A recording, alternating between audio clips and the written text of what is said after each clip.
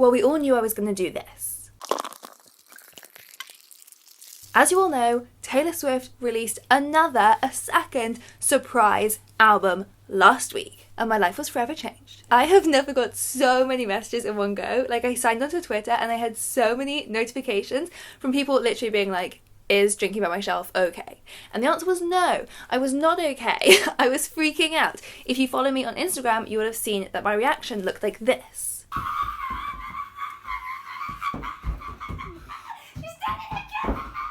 Long story short, I was very, very excited. So a bunch of my Patreons and I set up an Instagram chat and we all like live reacted to it, and it was so much fun. It was Claire's suggestion. She has a bookstagram, Clary Books. I'll put it on the screen. Go check her out. She's brilliant. So she suggested we made this chat, and she also hosted a Taylor Swift trivia night the night before, which was so much fun. So we were all like competing to see who knew the most.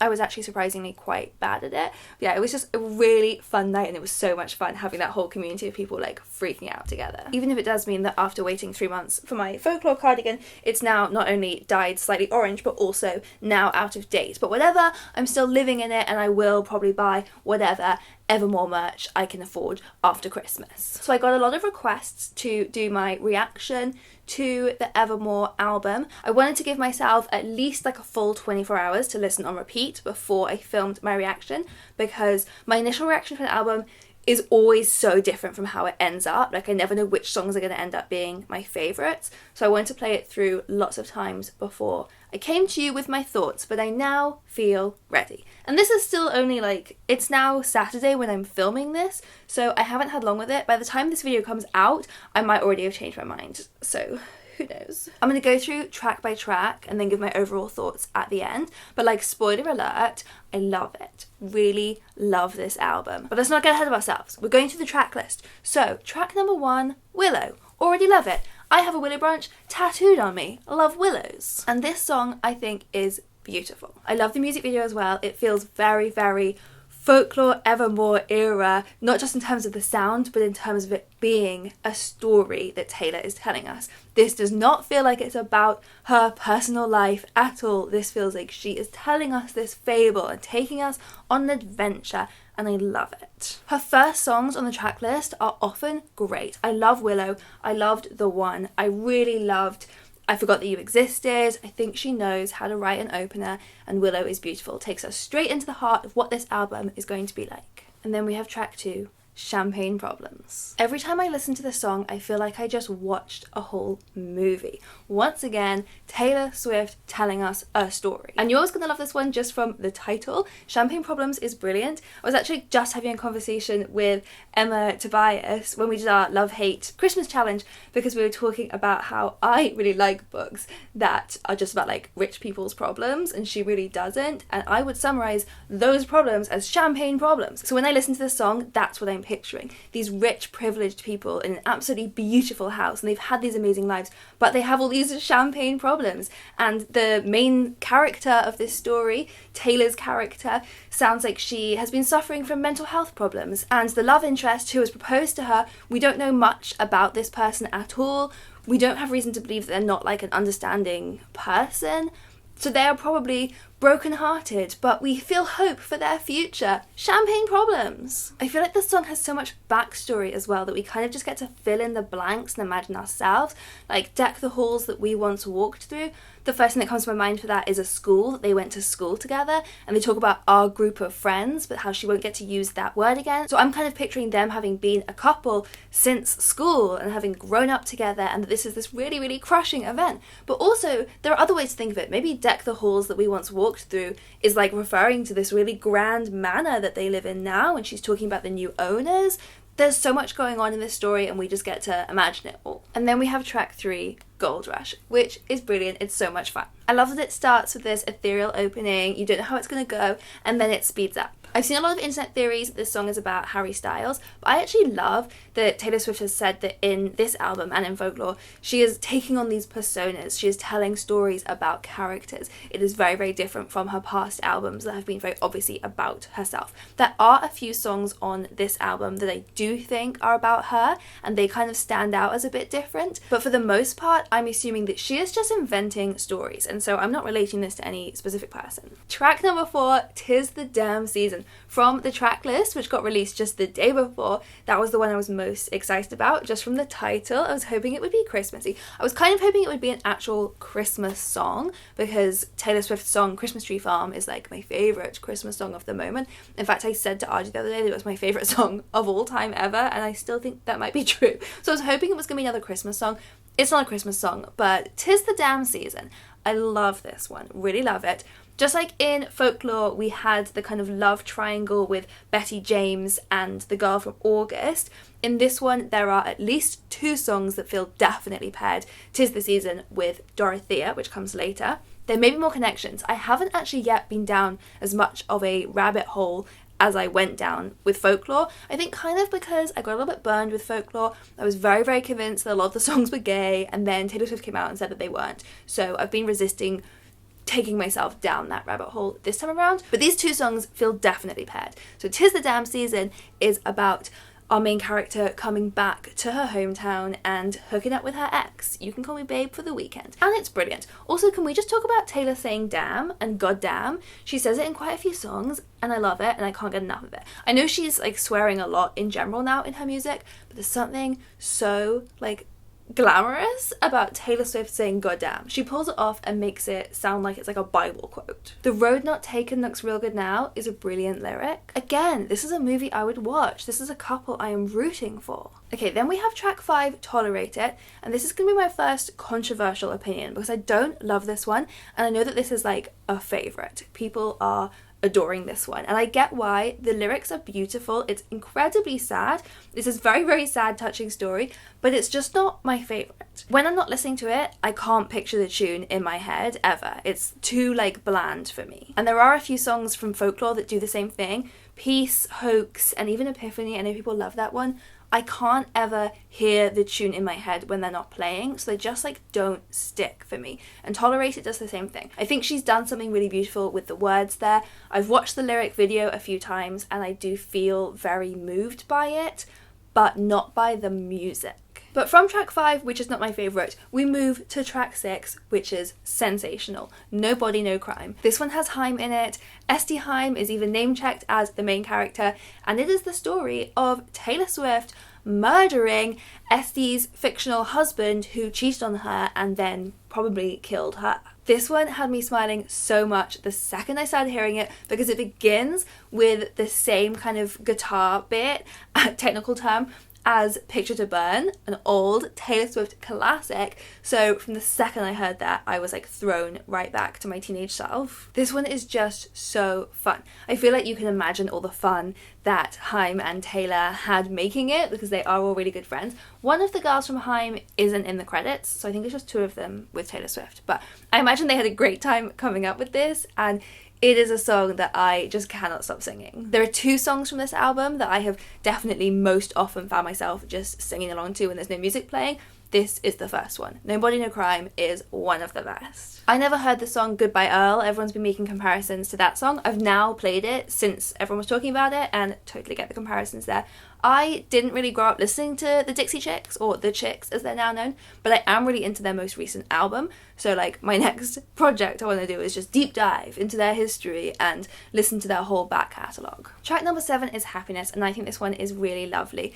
This one for me is like a better version of Tolerate It. In general, I do prefer the slightly more upbeat, fun songs from Taylor. So my first time through listening, Tolerate It was never going to be a fave, and Happiness also wasn't a favourite on my first listen through because it just wasn't like getting me dancing. But having listened to the whole album loads of times now, Tolerate It just hasn't really grown on me, whereas Happiness has. I think it's really beautiful. I think it's very calming to listen to. Also, I'm so pleased that I literally just read The Great Gatsby for the video I did where I was reading Taylor Swift's recommended books, because then I got The Great Gatsby references in this song. So that felt like it went full circle. Did Taylor Swift watch my video? So overall on that one, I think it's a very gentle, pretty, hopeful song. Not one of my favourites probably because it is a little slower, but I do think it's gorgeous. Track 8 is Dorothea, and I love this one, but this one was a real grower. The first time through, it didn't really stand out to me. I didn't really remember it when I was looking back at the track list after my first listen. I couldn't really remember which one Dorothea was, but now having gone through a few times, it's one of my top faves. I love it. I think making that link between 'Tis the Damn Season and Dorothea really helped, because that allows me to build this whole picture in my head of the story, of this couple, of what's going on there. So Dorothea is from the perspective of the love interest left behind in their hometown, watching Dorothea leave town and go on to become a celebrity. And it's just got such a great tune to sing along to. I basically always just want songs that I can sing along to, and I will say in general, Taylor Swift isn't the best for that, even in her old like poppy stuff, because her voice is very, very deep and very low. And I have a very limited range of notes I can hit. Even the ones I can hit, they don't sound nice, but I can't sing that low, so I really struggle to sing along to her at the best of times, and especially in the folklore Evermore era, it's a lot of her singing very low, very slow, and I can't sing along. But Dorothea has a chorus that I can belt out as long as no one's listening. Track 9 is Coney Island, and this one features The National. And this one also has been a real grower for me. It still hasn't grown like up into my favourites, but the first few times I heard it, I actually just thought it was really boring. For a minute there, I was thinking it was going to be my least favourite on the album, like one that I would actively just skip because I thought it was boring. But now that I've been through the album a few times, I suddenly started finding it really beautiful. It's so weird how your brain does that. It doesn't have a story in the lyrics that captures me as much as some of the others, which is maybe why it's not a favourite. But yeah, as a background track, it has really grown on me. I do now like it more than something like Tolerate It, which, as I've said, just like isn't my favourite musically. Coney Island, I do now think is a very nice sounding song. Track number 10 is Ivy, and I was saying earlier that I love Taylor Swift saying goddamn. Well, she says it over and over in this song, and that's probably why I like it. In terms of the lyrics, Ivy feels like it's a folktale that I don't know what it's about, but it's magical and I'm kind of into it, and I would read it if it was a book and be confused, but in a good way. It feels like Helen Oyeyemi's books in Taylor Swift song form. Track 11 is Cowboy Like Me, and this is basically Britney Spears' Criminal transformed into a beautiful Taylor Swift folk song. So this is another one with a great story about two con artists falling in love, and then it gets like very unexpectedly romantic. So I really, really like the lyrics of the story to this one. It's not one of my favourites musically because I do think it's a little bit slow, or maybe just like my brain hasn't latched onto it yet. I don't have much more to say about that one. It's another kind of backgroundy one for me, but it's definitely one that I can imagine suddenly getting obsessed with. Do you get that with songs? Like you imagine yourself into the perspective of the song, and sometimes you just don't really connect, and then suddenly you do it successfully and the song takes on like a whole new meaning and suddenly you love it. Like this is a song that I can imagine that weird phenomenon happening with, but it hasn't happened yet for me. And then we have track 12, Long Story Short, which I think is my favourite. This is the song that had me wanting to dance around the room, and has had me dancing around the room many times since I first heard it. I think this one's my favourite because it captures a bit more of Taylor Swift's sense of fun. I love Folklore and Evermore, I really, really do, but my favourite Taylor Swift album was Lover because it was so much fun. I even really liked Reputation. I know that's like the least popular of Taylor Swift's albums, but I thought it was a banger. I love songs that I can sing along to. I love songs that I can dance to. And Folklore, the first time I heard it, you will have seen in my reaction that I did in that vlog over the summer when I first saw it, I was almost like slightly disappointed because there wasn't anything for me to sing along to, but then it grew on me and I really fell in love with this era that we're in now. But nonetheless, I was still so thrilled to suddenly have a song that I could dance to, and Long Story Short is perfect. Long story short, it was the wrong guy. I said there were a couple songs that felt like they were about Taylor Swift herself, and it's basically all these songs at the end. It feels like she told a bunch of stories and then at the end she put herself in. So Long Story Short feels very much about her own experience of like the shitty time that she went through of everyone turning against her. But during that time, she met her boyfriend, who she's now very happy with. And long story short, she survived. I love the lyrics. I think they are so fun and empowering. Long story short, it was a bad time. Long story short, it was the wrong guy. I'm assuming that's Calvin Harris. And I kind of want to get long story short, I survived like tattooed on my head. This one and No Body No Crime are definitely my standout favourites of the album. But I think long story short just sneaks in there at number one. Even though No Body No Crime is such a fun story, long story short, just musically, it is so my kind of thing. Lyrics, 10 out of 10. Tune, 10 out of 10. Thank you, Taylor Swift, for this song. Track 13 is Marjorie, and this is one that I really urge you to go and watch the official lyric video for, because that is what made me fall in love with this song. This is, again, one that's personal to Taylor Swift. This is about her grandmother, who died in 2013, and it's her singing about how she feels like her grandmother's still with her, and there's so many things that she wished she could have asked her. So it's about grief, so it's really, really sad. And the lyric video is made up of home videos of Marjorie Finley, who was Taylor Swift's grandmother, and who was also an opera singer herself. And she actually provides backing vocals for the song. There is one little bit where Taylor Swift says, "If I didn't know better, I'd think you were singing to me now." And then you can very quietly hear this like beautiful opera singing in the background. And I think because Marjorie Finley is credited at the end of that lyric video, that is actually a recording of her, because she was an opera singer, and that is so beautiful. So that is a song that again has really grown on me. It didn't stand out to me that much the first time, but I now think it's wonderful, and I like that it's really personal. We're getting a glimpse into Taylor Swift's own relationship with her grandmother, but I also think it's just a song about grief that a lot of people will relate to. And being relatable has always been Taylor Swift's main talent. Track 14 is Closure, and this is a slightly weird one. I can't tell if I love it or if I don't quite love it.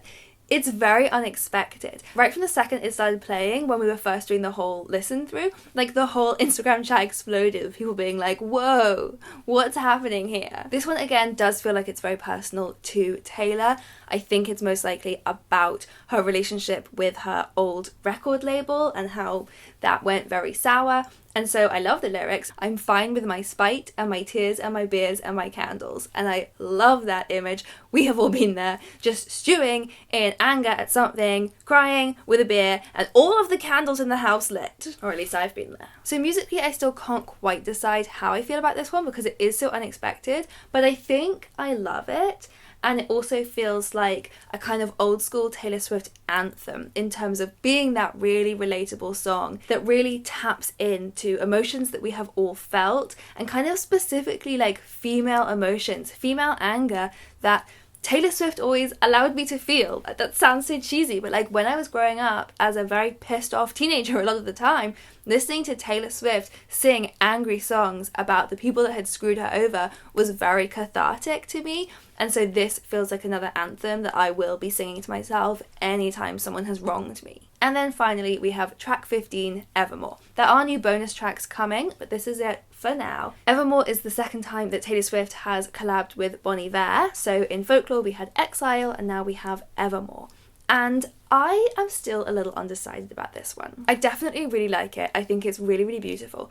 I can't decide how it compares to Exile. I know some people are already saying that it is 100 times better. And what keeps coming to my mind, which is maybe a weird comparison, is how I felt about the song Into the Unknown from Frozen 2 compared to Let It Go from Frozen 1. I loved Frozen 1, like, let's just get that out there. I'm basic, I loved it, and I loved Let It Go, and I sang it on repeat, even though I'm not a 7-year-old child. So when the trailer came out for Frozen 2, and we had the song Into the Unknown, I didn't really like it. I thought it didn't live up at all. But now, having heard it enough times, I'm aware it is a far superior song to Let It Go. It's just a stranger song. It's quite unexpected. It doesn't quite do musically what you think would make like an epic ballad that you belt out like Let It Go.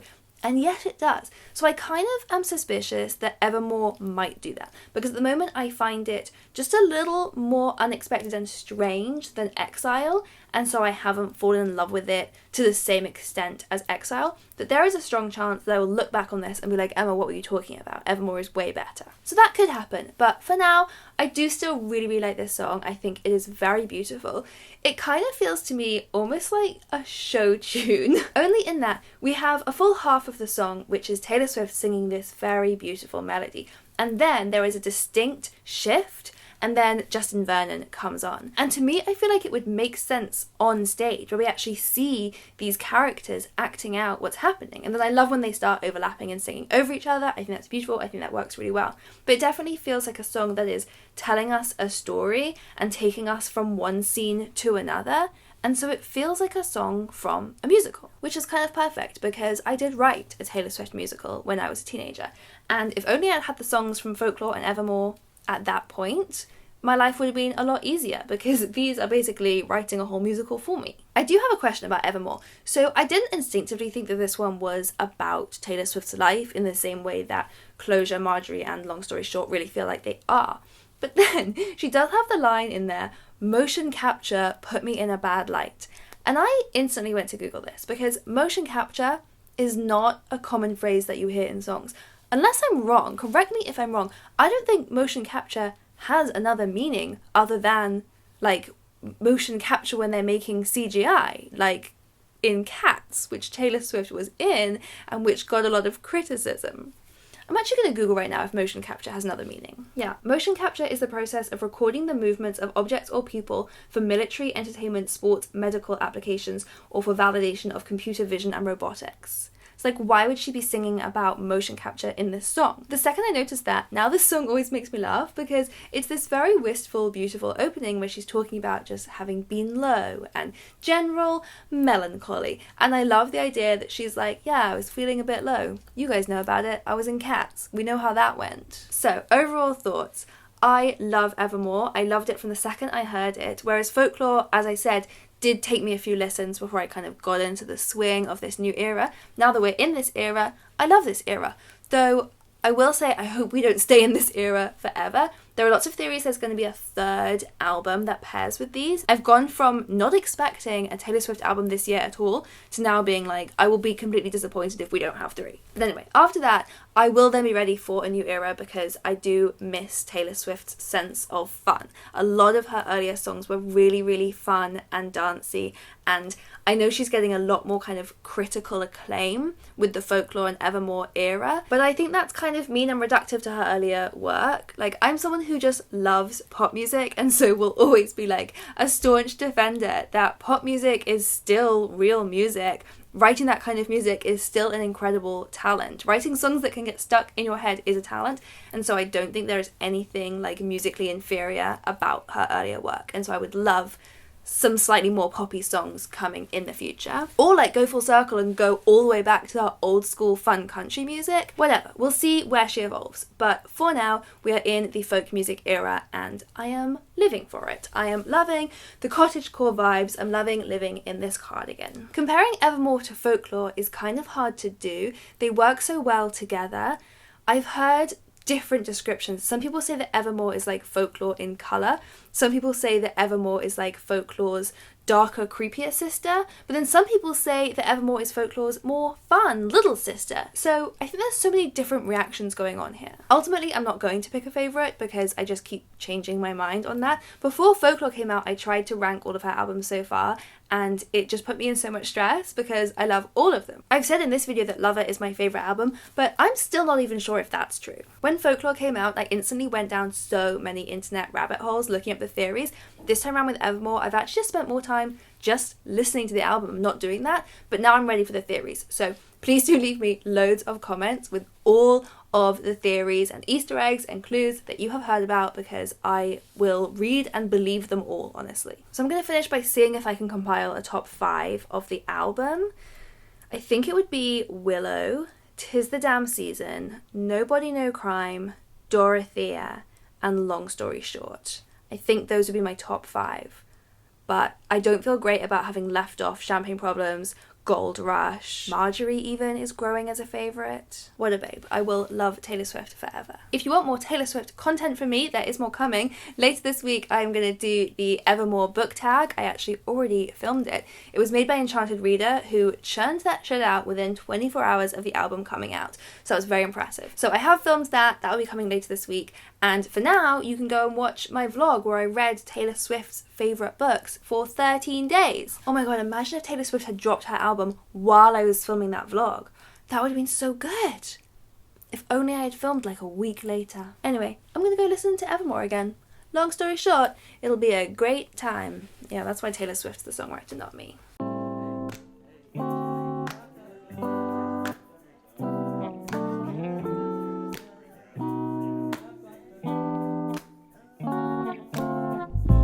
If you spend the winter all alone, yeah.